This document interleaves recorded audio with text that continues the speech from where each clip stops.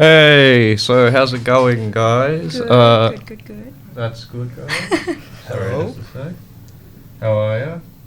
So, this is the very first podcast for the music and movie podcast. We're married to that M&M name, show. aren't we? The Sorry? M&M show. We have to use that name now. Oh no, we're probably That's gonna, it. It can We're probably gonna change. change it over time, to be honest. But yeah, like for now, that's I guess what we're sticking with. So, my name's David, and I am one of the presenters on this show. I'm studying biomed at Monash, and yeah, I love film. My name is Sandeep. I'm studying at Monash. I'm doing my master's in data science. And again, I love movies. I'm Jasmine, also studying at Monash, doing a Bachelor of Global Studies, and like the other two, I also like movies. What a surprise. My name's Lucy. I'm the last and final co-host. I'm also studying at Monash. I'm studying a double degree in arts law, and I am majoring in film and screen studies. So that's all of us. Firstly, for all of you listeners out there, we just sort of wanted to talk a little bit about why we've started this podcast and what we wanted to get out of it. So who wants to start us off? So I guess like the main idea behind this podcast is that we basically want to create something where we can teach people about film and expose people to new films that maybe they haven't heard about before, whether that be foreign films, indie films, even in some cases some blockbusters that you might not have heard about. Or even like underrated blockbusters, stuff like that. Anything Exactly. that's like enjoyable, you know? Yeah, Because that's what movies are about. yeah, for sure. We love movies. That's it. I think there's a lot to talk about when we look at movies. We can go in depth. We can just discuss about the surface stuff. But it's pretty interesting. And if you love movies, and then I think you should give our podcast a shot and see how you like it. Yeah, for sure. So I guess we'll start off with what we're going to be going over today. And today in our podcast, we plan on going over like films with nostalgia. Nostalgia's been a massive thing recently, especially with shows such as Stranger Things and with movies such as Ready Player One. They've just been going all over the place, been making massive amounts of money. And we were just wondering, what really makes a good nostalgia piece? What really makes a good period piece that's more recent? So what we're going to go over today is what our favourite neo-period pieces are, what our favourite nostalgia pieces are, and we'll just be breaking down all of the different types of genre pieces that we can think of. Yeah, so I guess it all sort of comes back to this nostalgic instinct that we've seen a lot in the industry in recent years, sort of this attempt to retain a part of the past in a present that's constantly outdistancing it. You know, today our society is characterised by its evolution, its progress, its development. And so we sort of feel like nostalgia in film sort of represents this mindfulness, like a reaching out for a sense of the familiar, a sense of escapism from the everyday. I don't think it's that recent though, because as we were discussing earlier, we were talking about Happy Days, Yeah. That 70s Show, Freaks and Geeks. They're all shows set in the past, That are quite old. 20 years back. I guess Yeah. recently it's been more of like a commercialization of nostalgia. I feel like we were even discussing the other day, we were saying to the detriment of like real creativity. Oh, burn. I think another like point to bring up is like, do we romanticize movies that are set like, you know, back in the proverbial good old days, or does our romanticization of the past influence the types of movies that we make or the types of movies that we go see? So I guess it's sort of like a chicken and egg sort of situation there. That's a really good way of putting it. Yeah. Okay, so shall we get into some examples? Guys, so the first movie that we're going to be talking about today is Cinema Paradiso. The movie is set in 1945 when Toto, a little boy in war-torn Sicily, his father, an Italian soldier missing in action, and his mother, who cannot accept the likelihood that he will never come back home, falls in love with movies. And it's directed by Giuseppe Tornatore. Okay, I have no idea if that's how you pronounce it. I'm pretty sure that's how you pronounce it. Because, like, yeah, Giuseppe Tornatore. It's like an Italian name, and I mean, it's an Italian film. It's an I hope Italian. you guys can see that I'm talking with my hands here. I'm speaking Italian right now. Yeah. Giuseppe Tornatore.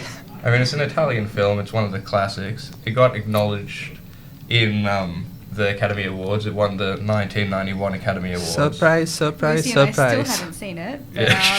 if we should get onto that. Just Wikipediaing it right now. Yep, Yeah. yep. We're Yep. totally prepared for this, as you can tell. Oh, that's Yeah. great. But yeah. But yeah, it's a classic film. It's really is. I guess if we were to address the whole nostalgia piece aspect of it, it goes back into the filmmaker's past, Giuseppe Tornatore's past, and it documents how he became in love with film. It is, in a certain extent, a biopic, and it's something that he goes into and tries to break down, I guess, his upbringing and what brought him into film, and that's what. To me personally, I'm not sure about you guys, but something that like I really appreciated, especially like when I watched it, because I watched it when I was 10, and it just changed my perspective on film and like how a person should connect to film, especially the significance of cinemas, I guess you could say. Like, Yeah. what about you, Sandeep? You could definitely say that. I think it's a love letter to cinema, like you said.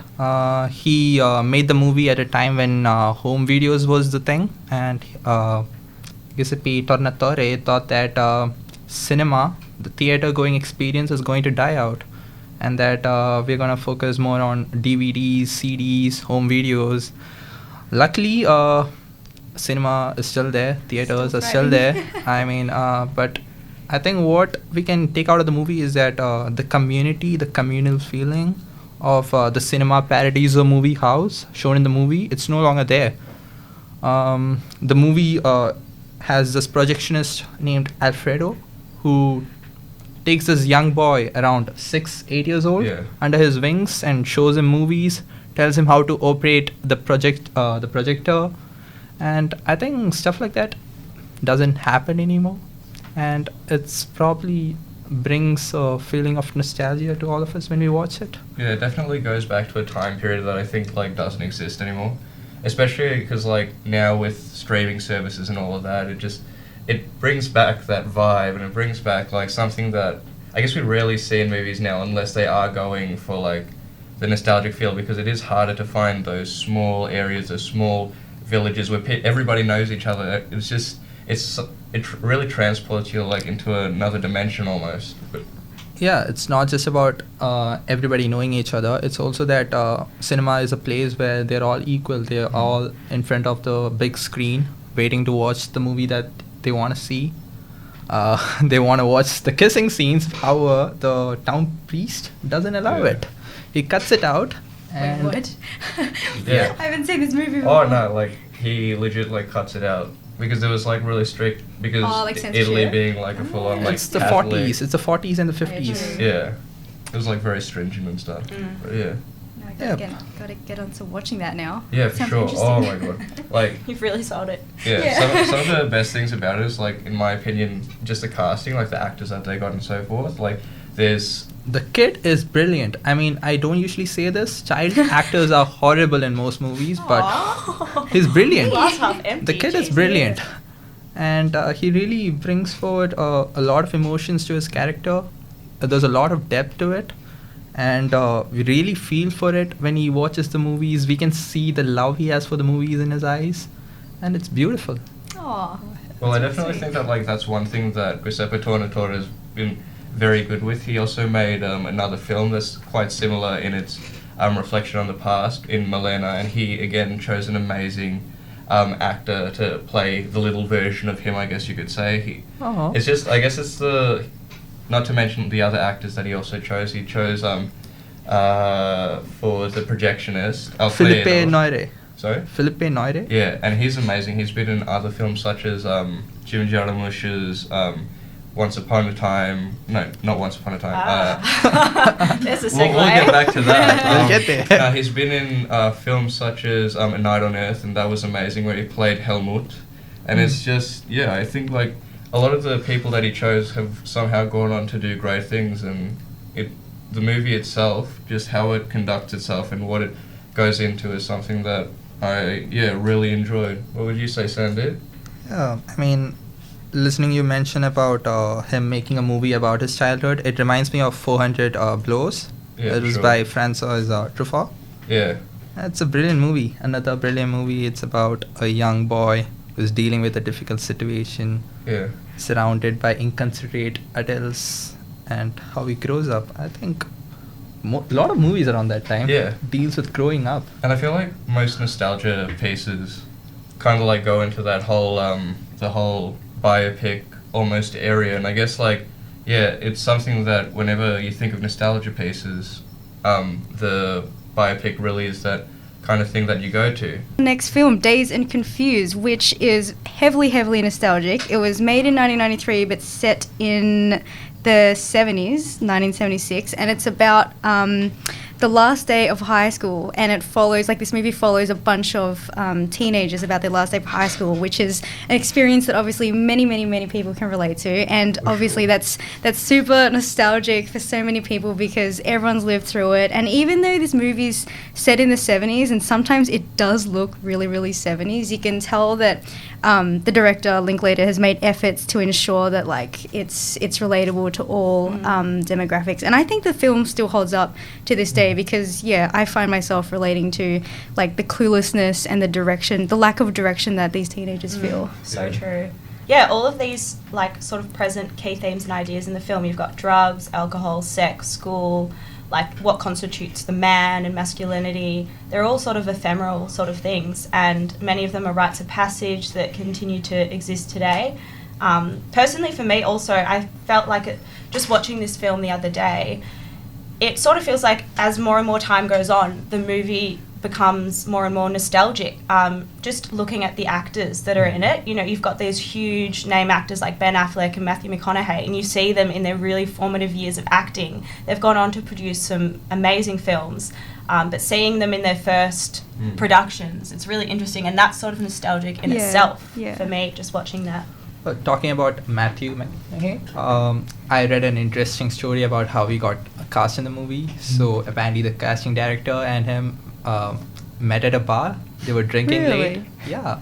And they got really drunk, and the casting director apparently loved Matthew McConaughey. And What's not to love? and he called him for the audition, and he nailed it. Wow. And to be honest, the part was not supposed to be this big. It was supposed to be a 2-line scene, and that was it. Really? And apparently other roles got dissolved because Because the actors were Because I his think part it was so I don't know good. who it was. It was like Sean something. One of the actor that basically starts off the film when it plays to Slow Ride. Yeah. When they come in, there's Mila Jovovich, who's like massive now as well as like a model, and she also played in Resident Dead and so not Resident Evil. Yeah. She played in that, and basically those two got like hit it off and became really good mates and like really close. They actually ended up getting married, but they were like so close that they were basically like Inseparable. inseparable, Yeah. and it was just so hard to film with them. So they cut down on like no joke, like they cut Wow. down on their scenes just so that they could let like people like Matthew McConaughey who had like the vibes, you Yeah. know, the All right. Yeah. Keep on living. Yeah. He's such a L-I-V-I. creep though. Like that part where he's like, "That's what I love about them high school girls." I was like, "Jeez," because I was in high school when I watched this movie, and I was like, "What Yeah. sort of I creeps get are?" older and they They stay get the young, same yeah. age. Oh my god. I guess he almost typifies that nostalgia. It's sort of that pathetic, like he's getting older, but he still hangs on to his glory days, his high school Yeah. days when he was Exactly. 17. That's like a his- meta sort of nostalgia in the film. Like Yeah. he's, longing for the prime of his life. He's one of those people that like peaked in high school. Yeah. And, Yeah. You could almost say that he's like one of the audience members, like Yeah, 'cause there's that's so many true. times when I'm watching it, and I'm just like, I wish I was there. Yeah. And then you just see him come up, and then you're like, oh, on second thoughts, maybe not. Yeah. Also, to add on to that, the character himself being nostalgic in a way, I think everybody wants some. The spiritual sequel to Dazed and Confused has a character. Yeah, who's, Willoughby. Yeah, who's he passed out like 10 years back. He's Yeah. 30 and he still goes to high school just to play Oh baseball. my Not God. high school, he goes to Yeah, college. He like goes to college, transfers sorry, between my bad. colleges. Yeah. I haven't seen Just this to play- movie. That sounds creepy as hell. Just Oh, to no, play no, no, baseball. like, it's- No, he's a cool dude. He Yeah. listens to Really? Pink Floyd. Yeah. No, like when you watch the Everybody Wants song, like he never actually does anything that is creepy. Weird, He's just right. there like with everyone. But the thing is that it's just him trying to like still live through. Like, Yeah. his- Oh, grab okay. onto those, Okay, that's not creepy. Yeah. That's just a bit sad. I yeah, think. it's more sad than I anything. think all these college and high school kids who play sports, I mean, when you're in college, you are famous. I mean, Yeah. it seems like you are the top of the world. And Yeah, especially in like America, the sports thing, it's really exactly. big. It's big in like other movies that we're going to talk about, like Stand By Me. Mm. But yeah, that's a common theme that follows these movies. But I feel like us in Australia, we kind of have that cultural divide because like sports isn't as big in high school or uni. As here. an Indian, I have to agree. Yeah. It's the same thing. I mean, sports is not a big thing. It's an afterthought at best. Yeah. Yeah. But I guess like that's the thing, because like, and that's the thing that, in a way, he always like Richard Linklater himself always comes back to. He always comes back to the sports. Like the entire, Yeah. I think like the majority of the film revolves around either Sports, a yeah. footy match, like a American football match, and the American football team, and how like they want everybody to be on the team, or it revolves around like the actor Wiley Wiggins when he's playing baseball, and Yeah. which is kind of ironic given his backstory and the fact that he actually couldn't play baseball. Oh. Yeah, I know that. because like you can actually see when you cut between the two shots between like, so there's the shot where like he sets up, and then there's the reaction shot where he actually like follows through, and it's two completely different people. Like, Beautiful. oh my god, it's insane. But like, I guess that's one thing that Linklater probably catches the best, in my opinion, is Yeah. that he catches a moment in time. He doesn't necessarily get people thinking about what's going to happen tomorrow, what's going to happen the day after. Everybody's just like, oh, this is the last day of school. This is our last moment. This is like a time that we should try and be alive. And I feel like that's something that makes a good nostalgia film almost. It's like it doesn't focus on the fact, oh look, we're in the 70s. This Yeah. is so great. I wish this could last forever. It's more just Yeah. But talking about 70s, what's this thing with 70s and directors and movies and TV shows? Like a lot Cool of movies. time period. It has good music. We got Freedom. Almost Famous. We got Yeah, that's true. Everybody Wants Some. We got The That Nice 70s Guys. show. That The 70s Nice show, Guys. which is Nice Guys. We got Freaks and Geeks. I think Because the of the whole music, I don't know. the whole rock and roll Yeah. the time. I think it's very And like nostalgic. 70s disco as Yeah. well, because it's quite like indicative of that time piece, but it's also like you can still listen to it. The music is these days. amazing. Yes, honestly. And like Music. I think the music in Dazed and Confused, it really helps with like what David was saying before about capturing the moment, because sometimes music like, you know, captures a moment like with that you can't put into words, and it's expressed through music and stuff like that. Yeah. Here comes the think key that- question. The key question. The movie is titled Dazed and Confused. Oh yeah. The movie is titled Dazed and Confused, and we don't have a single Led Zeppelin song in the movie.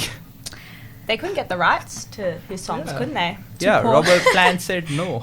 yeah. But apparently like Robert Congrats. Plant's pretty notorious about that. Like Yeah. he's pretty well known for like just being a dick when it comes to stuff like that. Like trying to like get songs and all that. Like I don't know. It's I just, think he's making a mistake, because like if his music was in Dazed and Confused, it would like really cement its presence in pop culture But I over guess, the like- years and stuff. But yeah, anyway. But I guess that like when you come back to and you think about like who was coming up to him, it was basically a guy that had like no Yeah, that's name true, besides that's He true. made like Slacker before, and then Yeah. just this director, and he's like, oh, you know what would be really cool? Like, look, so I have a film. It's gonna be about a bunch of teenagers just living life. It's gonna be a hit, totally. No plot. Yeah, no plot nothing. whatsoever. plot. And really questionable lines of dialogue. Exactly. However, Hear me I'd out. love to get one of your best songs and put it in the middle of it. Yeah. For cheap. For cheap, yeah. Yeah, for cheap. To be within the fair, budget. you'll be forgiven for thinking that Plan made the right decision, because it was a box office flop. The Yeah, I movie think so. Wow. When it Yeah, came out, yeah. Surprise. I think it's just the plot line. Like there's no sense of 'Cause plot there in the isn't a film. plot. There's And I nothing think it's happening. supposed to be Linklater. It's sort of like a commentary on how romanticized most teenage movies are. You know, like Yeah. life's not actually that interesting. Yeah. And it really shows that within how long is it? Like 18 hours? Wait, Would you what? say that day? It's like it's one an day. 18 It's hour one day. day. It's pretty 18 much. hours? Yeah, yeah, It's just a day. But no, adding on to that, I heard that this movie was compared, like it was described as the inverse of a John Hughes movie. And John Yeah. Hughes movie, like Breakfast Club, what else did he do? 16 Candles? 16 Candles, I'm going to Yeah. say 16. Ferris Bueller as Ferris well. Bueller's Those Day were Off. all like, on Home Alone. Those were all like, Breakfast Club. Yes, those are all like super like dramatic, unrealistic Yeah. high school Ending, yeah. experiences. And so, Linklater set out to actually portray a realistic one that people could relate to. But also, people still like John Hughes movies, so I don't know. But I think that also, like, another thing that, like, why it was a massive antithesis was because, like, compared to things like The Breakfast Club and things in all of, like, John Hughes's films, he almost has, like, he has those archetypes, like, oh, here's the nerd. Oh, yeah, and or the here's jock, this, and or The he's hero here's that. gets the girl, the nerd Yeah. loses his virginity, the bully gets beaten up. Yeah, exactly. And then here, like, it basically not necessarily like reverses itself, but everybody's almost friends with everyone. It starts off Yeah. with Yeah. Pink walking around people and being like, "Oh yeah, how's it going? Yeah. You guys ready for all this stuff?" And like, yeah, I He's feel a like, star football player. He doesn't act like one though. yeah, for sure. Like, there's also like oh, what's his name? I forget what his name is. Ben Affleck. Yeah, like. I feel like that's the closest that he gets to an archetype of like a Yeah. specific person Oh, that's like like, the oh neighborhood yeah, he's the bully, bully yeah. and so forth. Yeah, I think in Everybody Wants Him also has some characters which kind of solidifies a particular archetype, but it's more of a satire, I think. Richard is kind of trying to poke fun at people who try to use these archetypes to push their stories through. And carrying on from the point you mentioned before about John Hughes and Richard Linklater, to quote Richard, he said, "I don't remember teenage years being that dramatic. I remember just trying to go with the flow, socialize, fit in, and be cool. The stakes were really low. To get Aerosmith tickets or not, that's a big thing." Honestly, that's so true. Like, because we don't have that sort of movie drama Yeah. in real life. We don't have no like love triangles or, what other things? If only Riverdale was true. Yeah, yeah. But no, I think Linklater has like a really good encapsulation. Is that a word? Yes, encapsulation of what it is to be in high school. Even though the one thing I have not an issue with, but like one thing I don't get is those really vicious hazing rituals. Oh yeah. When I first saw the movie, that like scared me. I was like, whoa, is it really like this in America? That's like abuse. But anyway, I because think I never went it's a through sign that. of times. I think it's a sign of times because Yeah, true. almost all movies or TV shows revolving around that time shows Yeah, certain have like rituals hazing happening. rituals. Yeah. And even though it's not happening in the same form, it's still there.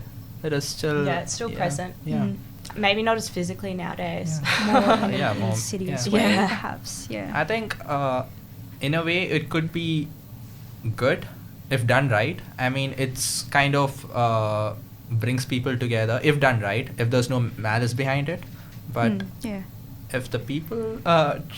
It makes for some like Yeah. funny quotes though. I love that bit where it's Parker Posey's character. She's like, "What are you looking at? Wipe that face off your head, bitch." And I'm like, "What?" I don't know. I just love that quote. It makes no sense, but it's Yeah. funny. Apparently it was just a poorly translated Oh, line. really? Yeah, it was like poorly translated from like a Russian play or something like that. And she was just reading off it, and then she was like, "I'll just chuck that in there. Yeah. Could Oh, be that's interesting." funny. That's funny. Yeah. I love all the conversations when they're smoking weed, like Slater, when he's like, "George Washington, man. He was Oh, in your a mother cult, was man. a hip lady. And the cult was into aliens, man." And like, man Oh. is every second like Yeah. word. Oh, so good. It's so good. Just the best. Oh, I still talk like that. One of the best, like in my opinion, one of my favorite scenes with him is when he's like walking by Wiley Wiggins' character Mitch Kramer, and then he's like, Cool? Yeah. Are you cool, man? Are you cool? And then and then Mitch Kramer's just like, how so? What? And then he's like, just a moment of silence, just like, okay, and he just like walks off so confused. It was Yeah, when he's like, "Do you oh. have a joint, man? It'd be Yeah. a lot cooler if you did." Yeah. Oh, that's McConaughey's line. Yeah.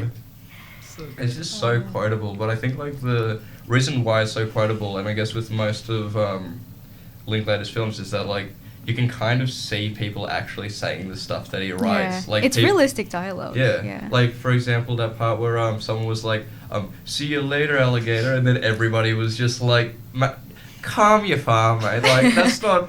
We don't talk like that. Like Yeah. it's just the little things." And one of my favorite scenes, especially after I learned that like some of the characters actually did get alcohol while they were filming the shot, was there's a scene where I can't remember the character's name, the redheaded bloke with the curly hair.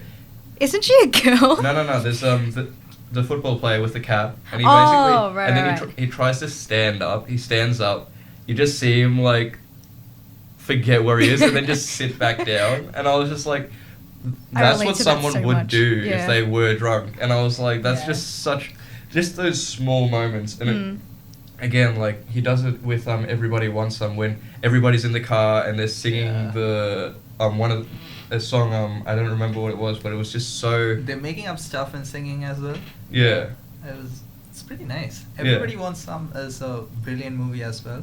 yeah. I mean, it's marked as a spiritual sequel to Dazed and Confused, but it's so much more than that. I think it delves more into the philosophical aspect of it more than Dazed and Confused, I guess, because Dazed and Confused is more chill. Yeah, Dazed and And- Confused is really just character. Like it doesn't really have a plot, and therefore not really a message. I don't know, you guys might disagree, but No, like no, I think the message is pretty I simple. think that's the point that Richard was trying Yeah, to make. yeah, for that sure, There's no for sure. meaning Yeah, I to agree it. with that, And yeah, I think yeah. Everybody Wants Some is the same thing. It carries on the same thing, Mm. but it's just the characters are a bit more older, a bit more mature, I guess. Yeah. Yeah, that's it. And so it results in some pretty interesting conversations and Yeah. stuff. Yeah. Yeah, and I guess like that's the thing. Like one of the things that Linklater does best is when he almost takes the archetypes and he plays them against each other in the way that, so we see McConaughey's character and he's like, oh, he just wants to keep living this life, and Yeah. then we have the complete opposite in Pink, who I think he says something like, Oh, if I if these ever are the best years of my life, Oh, yeah, remind me to kill myself. yeah, and it's just like he almost recognizes nostalgia in films and almost tries to play it off as like, Yeah. this shouldn't Just, like, be, subverts it, yeah. this shouldn't be a nostalgia film. This should just be a film about people just trying to have the time of their lives. So this film was made in 1986, based on Stephen King's best-selling book, The Body. I think they were originally going to actually call the film The Body, but they sort of erred on the side of caution. They didn't want it to sound like a Stephen King horror Body sounds film. really Yeah, they ominous. wanted children to watch it. So Oh, can They- children watch this film? They swear like crazy. oh, they do. Yeah. It's still pretty like like it's not the type of, if this movie were to be called The Body, I don't think it would be the most fitting name based on what this movie No, turned out definitely to be. not. It's Even not the- about horror or No. anything like that. I think just the Stand By Me, like just the title, when you think of the film, you just think of the friendship of the boys. It's very Yeah. nostalgic. It's sort of sad though, because the ending of the film when Geordie Yeah. sort of says, Wait, what's the film about? "Oh, So it's about like how four The boys friendship. around like 12 years old, and they go and find they go on a quest to find a dead body, hence the name The Body in the original book. Yeah. But it's a lot more about friendship and being there for each other, and all of these boys have been through some hard times, whether like regarding their like socioeconomic status or their family and stuff like that, and so they use this sort of trip to go and like bond and also to learn more things about themselves. And yeah, I'm sounding very cliche, but yeah, so very much like a coming of age yeah, film for sure. set on the railway tracks." I feel Yeah. like that image is just burned in my Yeah. memory. It's quite on the nose when you think about it. It's like they're taking a journey, following tracks. But no, it works for back then, I reckon. Yeah, definitely. I sort of feel like, though, when you watch it, you sort of have to balance that nostalgic element with that sense of discomfort, like from all of those social yeah. conventions that we don't have Yeah. today, like the children smoking and that Swearing. I don't remember which of the boys, they go, "Oh, love that first cigarette after dinner," Yeah, and it's that's just like a Vern, very I think. mature phrase. It's Yeah. very unsettling But when also you that's watch it Vern nowadays. trying to be like an adult. Vern's Yeah. like that. Yeah. That kid. But like Chris, played by River Phoenix, he was very he played a very mature character, and the actor himself met a tragic end at a young age. But I think it's a really delicate balance between innocence and maturity, because in some ways they're still little kids. Like they forget to bring food on their trip, and so they have to find whatever cent coins they have on them to buy food. But in other ways they're quite mature, and because River Phoenix's character brings along a gun on their trip, and they accidentally shoot it, and they get up and they run away from a train, and I don't know, that kind of sounds childish actually, but yeah, they're very mature in the way that they talk to each other, and they're there for each other. There's like that line in the film where he says, "Oh, come on, act your age," and he's like, Yeah. "I am, yeah. I am acting my age." Yeah, it's weird because my brother is 12 now, and he's in no way I don't know. I've shielded him. Like society has also shielded him. I feel like because this is set in the 50s, the late 50s, and so that time period allows for like looser parenting. Like not like this era's helicopter parenting, but it allows these 4 little boys to go out and spend a night in the forest alone, and they get away with that by lying to their parents by saying, "Oh, I'm at so and so's for a sleepover," and one of the kids is able to get a gun and stuff like that, and it's very like that wouldn't happen in today's era, but I think that the time period facilitates those plot events. Definitely, yeah, definitely. Well, I guess like that's you could almost say that the things that they brought along when they did bring along the gun, when they're like, oh, we're going to go on this adventure, it's almost them trying to be mature, and I think that like that's what maybe the story itself captures, is that the innocence of immaturity, in the fact that how they view maturity is someone who can use a gun, someone who can go and do stuff on their own, and they almost capture that childlike innocence in the way that they then have to realize that there is so much more to being almost just being an adult. It's like their way of moving up in the temporal scale, if you could say it that way. Yeah. No, Also, definitely. I'd like to add that the movie kind of acts like a child version of the American dream, if you can say. Like the American dream consists of a man wandering into the unknown, knowing that it's gonna bring him profit. Yeah, I mean, prove he's gonna himself. face dangers. Yeah, He's gonna yeah. prove himself. He's gonna earn whatever he wants to earn. I think that's what it shows. And the 60s, the early 60s and the late 50s, it was a simpler time. I Yeah, guess. because that's like the height of the American dream. And back then. and everything was still. I mean, we didn't know everything yet. I think that's Yeah. the key point. Now we know everything. Yeah, and back there's then, Google. There's yeah, the just internet, Google. yeah. And back then, everything there was still mystery, and I don't think Stephen King novels would work in today's society because nothing's a mystery anymore, and that's I mean, that's kind of sad in a way. Yeah. I mean, get what you mean. I'd probably argue the opposite. Like, I agree where you're coming from, that there is like less unknown stuff out there, and there is, I guess you could say, a general cynicism within the world. But I think that's what makes Stephen King novels and Stephen King stories so special, is that he, like, even though he wrote them in the past, now it's still great to always like find something that you can be like, oh, well, maybe there is something that we don't know. There is something that we still need to find out. And I think that's like, I reckon that, and that's why they do keep remaking his movies and making Pet Sematary, and I It think they're too. remaking they also made Black Tower and all of that. Is that Idris Elba, right? sorry? Idris Elba. Yeah, Idris Elba. Wasn't and that movie really crap? apparently it was. Yeah. But I guess the point is that like they keep remaking his movies for a reason, because like his movies. I guess like the his- themes yeah. you could say would be underlying, but And he- like yeah. but you'd have to adapt like specific plot points in order to carry across those same Yeah, for sure. themes. But yeah. Yeah, and I guess in that way that since a lot of his stories do go through quite dated themes, you could almost say that the majority of his stories will inevitably fall under the whole nostalgia thing, and whether that is done well in things like Stand By Me, or whether it's done poorly in things such as Pet Sematary, where it just flopped basically. It's a matter of how exactly you treat nostalgia, and whether you treat it with respect and you treat it as, this is a period of time and I want people to feel how I felt, or if you want them to be like in the Ready Player One, where it's like, oh, but look, this clearly is a nostalgia film. We have like all of these old characters. We have E.T. again. We have Bowser. I don't know what else they added in there.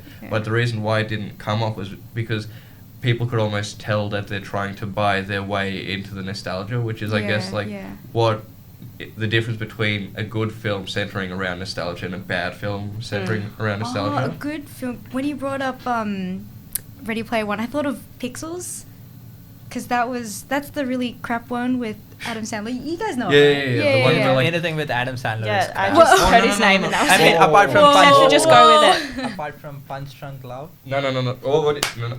Oops, sorry. Nah. Have you ever watched the Myrovid stories?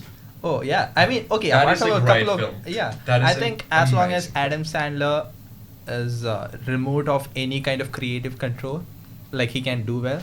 But If you say Those are fighting words. to me ever again, I'm honestly going to walk out of the studio. Adam Sandler is great. let's just keep it that way, okay, mate? Grown-ups too. Jack and Jill. Murder mystery. May I just say that Adam Sandler is great. I realized that his 90s stuff wasn't the best. Actually, no, some of his Well, it's 90s just stuff was good. 2000s. You don't His mess with the 2000s Zohan. stuff. You don't mess with the Zohan. Let's move on. Okay. Okay, so to wrap up Stand By Me, yeah, I guess just the last thing that I really wanted to touch on was the final part of the film when Geordie you get that voiceover and he said, I never had any friends later on like that in life that I had when I was 12. Just completely butchered that. Yeah. But he says, Jesus, does anyone? And it sort of makes you really understand the whole concept of the film. Like he's sort of holding on to this moment from the past that can never again be recreated. Because childhood friends are honestly like, it's so hard to keep them around. Like from when I was 12, I'm in touch with one person. And it's so weird to think about how much your life changes. And, you know, this movie like reminds you the importance of remembering those memories. And, yeah, even though I don't have any memories, like finding a dead body worth remembering. But, yeah. No. Yeah, before we close out, I think I should mention something which is important to the next movie which is coming up as well. The authority figures or the father figures in in this movie, they are not nice people. They're pretty mean. Nope, they're really bad. They're really bad. And I think it's a sign of times again. These are people who fought in the war, maybe. Yeah, and they're who used saw- to... yeah. Because one of the kids is like... He's Teddy like, Duchamp's ear. Yeah, it's been his burned ear's off been by burnt his off, dad. and his father He is holds like, it to was the in the stove, military. yeah. And that's why he is also like, you know, I'm in the military. He wears dog tags and he dresses in green and stuff like that. And that's like a big part of his identity. And all this toxicity, I think the kids inherit it, and that's something. Well, the movie that's like sad. subverts that in the end with the character of Chris. Like he ends up, you know, without giving away too much, he changes his circumstances, and I think that was really sweet. Yeah. I don't know. I like that bit of the movie. Okay. When he has a happy-ish ending. But the father in the next movie is one of the greatest fathers you'll ever see. Yes. And That's a very vague segue. Hello. So the next movie we're gonna talk about is Call Me by Your Name, and this is one of the prettiest movies which has come out in recent times. I love it. I cry love every it. time. Okay, so let's say we all have that summer holiday that we will never forget. The thick warmth of the sun, the air filled with salt and sea and possibilities, the sense of nostalgia in the moment, the recognition that you will remember this for years to come, even as you're experiencing it. There's something about summer, the heat, the humidity, the relaxation. It is just almost like the carefreeness of it all. Like, you know, no school or no, like that sort of thing. Exactly. And even before we have come of age, there's this kind of sensuality to summer, I guess. And it's that feeling that Call Me By Your Name captures. This sexuality of summer, the feeling of treasuring a perfect moment even as it slips away. And you can synopsize the film in one sentence. In the 17-year-old Elio, played by Timothy Chalamet. Chalamet? He's so good. I actually love I him. know. Like with a passion. Yeah. And falls in love with Oliver, played by Armie Hammer, a visiting guest of his father in the beautiful surroundings of northern Italy. But in the hands of the director, Luca... Guadagnino. Yeah. Can I know? Yeah, whatever.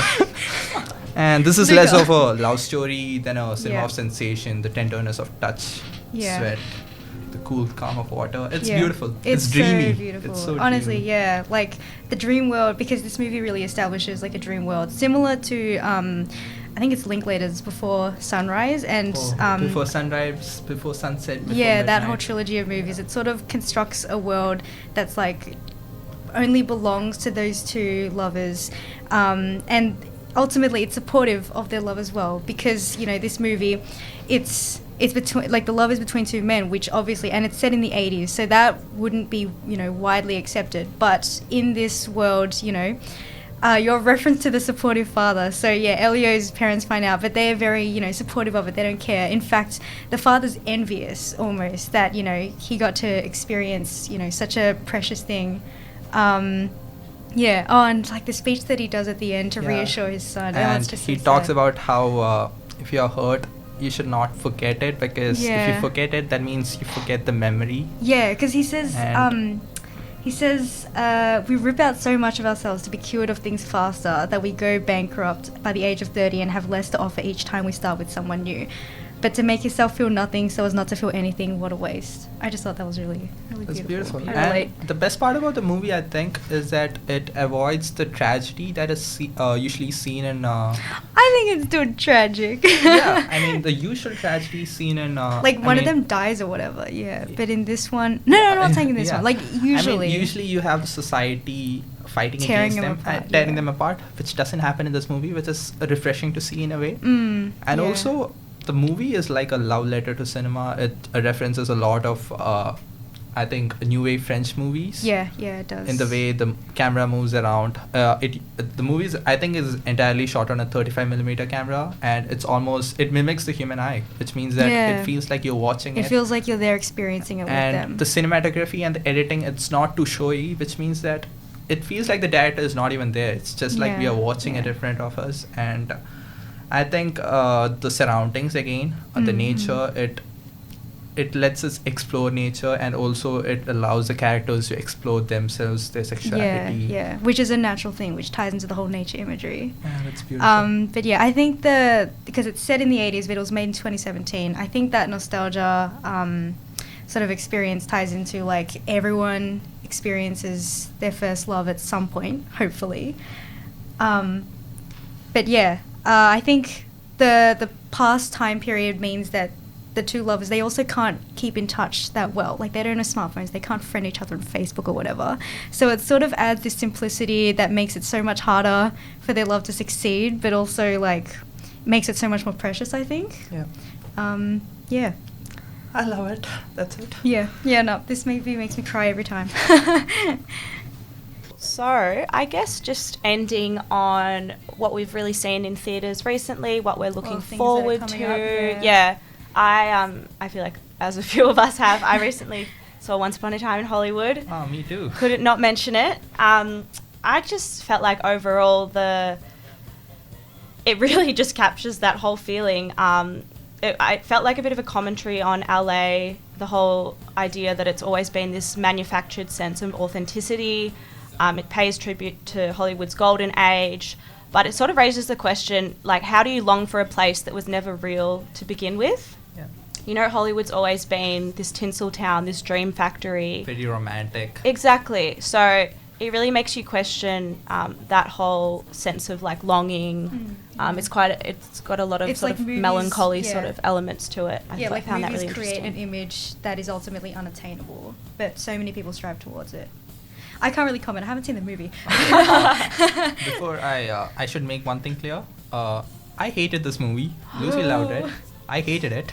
Probably because I expected. Blasphemy. Will I be the deciding vote? Wow. Because I haven't seen it Yeah, yet. Tarantino is.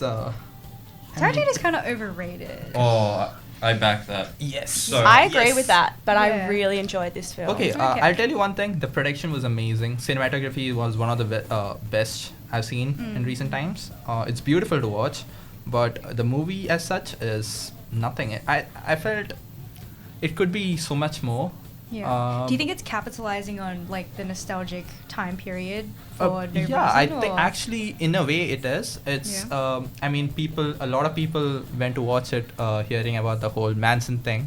Yeah, the murder which thing, yeah. which barely factors in. Charles Manson is barely really? there in the Spoiler movie. alert. It's Damn. barely there in the Not movie. himself, but his presence is always His there. presence is always there, but And I feel think- like even just that story, I feel like acts as a whole, like Hollywood losing its innocence, the world losing its innocence. I feel like that's really strong, really comes through. Okay, without giving out any spoilers, Tarantino does something that a technique he uses in one of his earlier movies, which I'm not really a huge fan of because I think it destroys the memory of something. Oh damn! And Harsh words.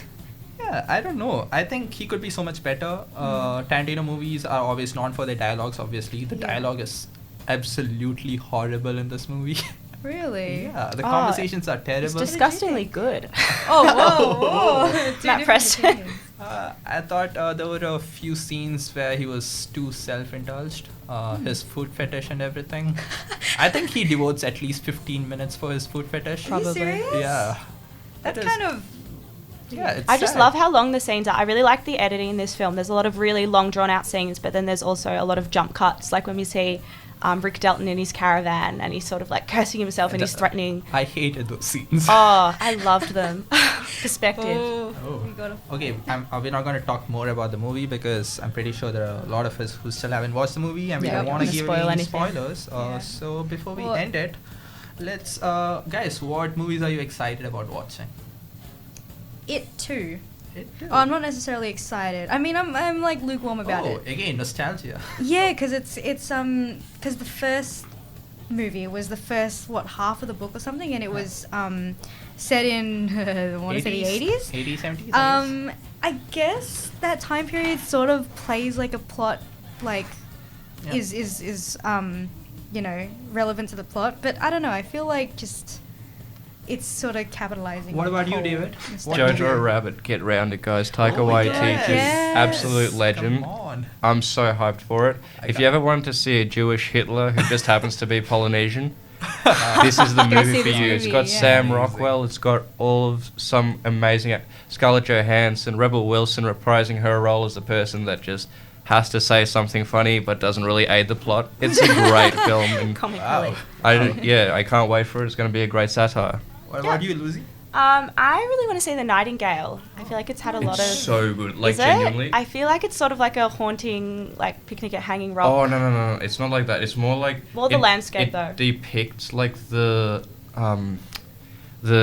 disgusting nature Yeah. of colonization and like what people could get yeah. away with. Isn't and- it like an allegory, sort of? Yeah, it's so good though. Like, genuinely check it out.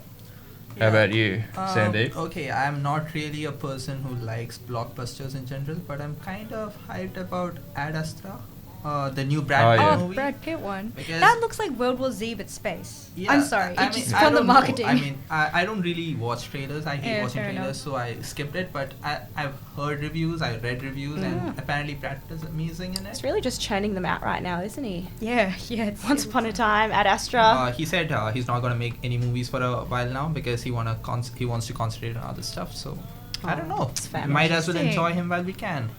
Yeah. All right. I guess Well, I think that's That's all us that's for the all week. today. Thank you And very much for we'll see tuning you into next the week. movie and Hopefully music we podcast. weren't too awkward. And hopefully you enjoyed, and we will see you next week. Love your faces and love you guys too. I really do. Aw. Yeah. Anyway, Best. we'll see you next week, and With have a a ton good of one, new guys. movies. See you guys. Bye. See ya.